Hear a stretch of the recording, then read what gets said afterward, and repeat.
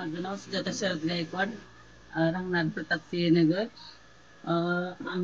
आमचं कुलदैवत खंडोबारा यांचा देखावा केला आहे.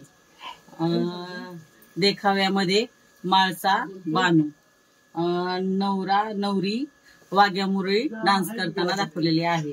नवरदेव लंगर तोडतोय आणि नवरी पंचारती करते.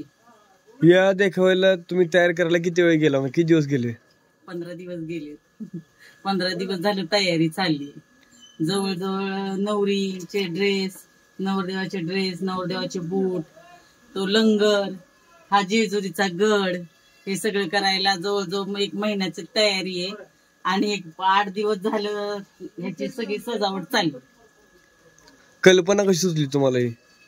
हे आम्ही खंडोबाला पालीला जातो पायाला पडायला, त्याच्यावरून आम्हाला कल्पना ही सुचली.